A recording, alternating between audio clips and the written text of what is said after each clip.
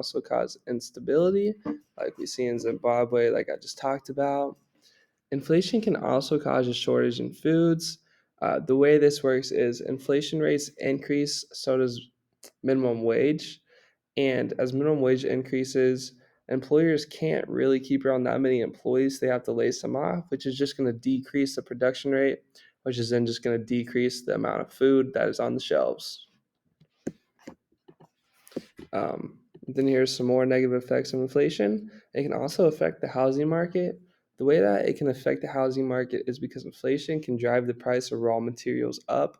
And as the price of wood and lumber increases, so will houses because, you have to make houses out of wood and lumber. It also has the power to lower consumer purchasing power. The way this works is as inflation increases, the value of the US dollar decreases, which means you have to basically spend more money to get the same product. Also, having a small amount of inflation is a bad thing. If you have a small amount of inflation, this can cause deflation, which, just as it sounds, can decrease the amount of prices of goods, which sounds like a good thing, but it also means that your economy is not growing and it's actually doing the opposite, it's decreasing. And then inflation can also negatively affect allocative efficiency. So now I'll be talking about minimum wage. Minimum wage is the lowest remuneration an employer can legally pay their employee. Currently, the national minimum wage is set at $7.25. Although most states have their own minimum wage laws, the reason that most states have their own minimum wage laws is because everywhere has a different cost of living. If you're in a San Francisco, a Seattle, Washington, or like in New York City, your cost of living is going to be a lot higher than it is in like a Montana.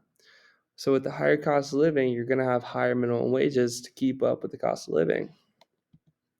Now, the way that inflation and minimum wage tie together is they don't directly correlate with each other, but they can have influence on one another.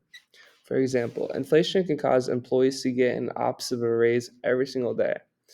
My reasoning behind this is if inflation rates are increasing, then that's just decreasing the value of the US dollar.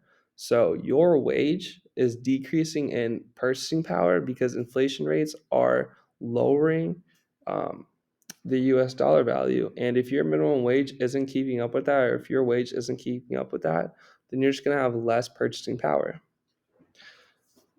As I just mentioned, minimum wage is not really keeping up with inflation.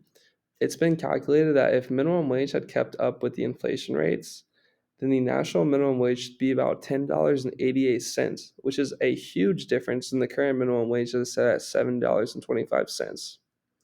Also, minimum wage can affect inflation through cost push inflation. Basically, cost push inflation is just as it sounds. If the cost of things such as your wages or your goods is increased, then it's just going to push inflation up as well. So if employers increase their wages and increase the price of their goods, and they're just going to push inflation up as well. So, in conclusion, inflation can both have negative and positive effects and can also influence a country's economy.